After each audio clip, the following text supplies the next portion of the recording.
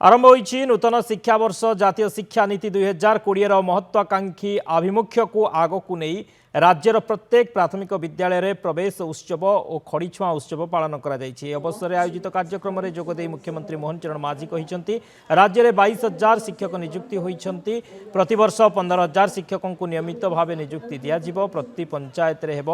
गोदावरीश मिश्र model school 5 एकर जमी यह निर्माण हेब सेठी शिक्षकों को ट्रेनिंग दिज्व शिशु बाटिका बगीचा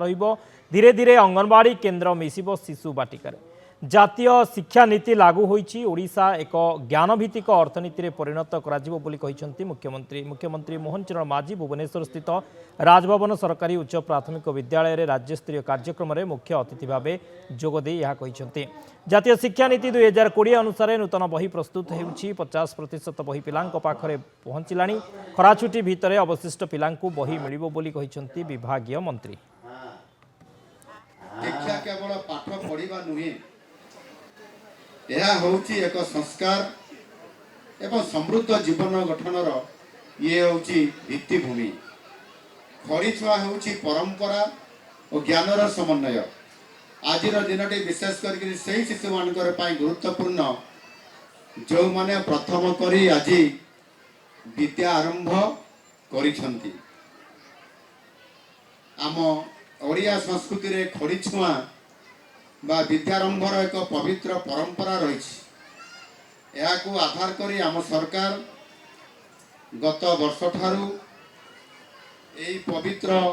परंपरा को सरकारी स्तर में कार्यकारी करी आसुछंती राज्यर कौन भी शिशु जपरी शिक्षार वंचित न होती ता सुनिश्चित करने प्रवेश उत्सव तार आरंभ आज कर आमर लक्ष्य होउछि 100% नाम लेखा आज निश्चय आशा करुचु जे ये जो कड़ीछुआ उत्सव माध्यम रे छोट छोट शिशु मानकर एवं अभिभावक अभिभाविका मानक भितरे गोटे आग्रह सृष्टि करब एवं सेतिरे सचेतन भी करा जाउची कि कहीं भी जमती पाठ न पढ़ी कि घरे जमती रहिबे नाही समस्ते विद्यालय को केमिति जिबे ये कथा भी समस्त को सचेतन करा जाउचे एवं यही कार्यक्रम रे समस्त लोक प्रतिनिधि एवं सेठाकर समस्त जनसाधारण भी केमती भागीदार हेबे एवं शिक्षा को आग को नेबा पाई आम शिशु कुनी कुनी शिशु मानू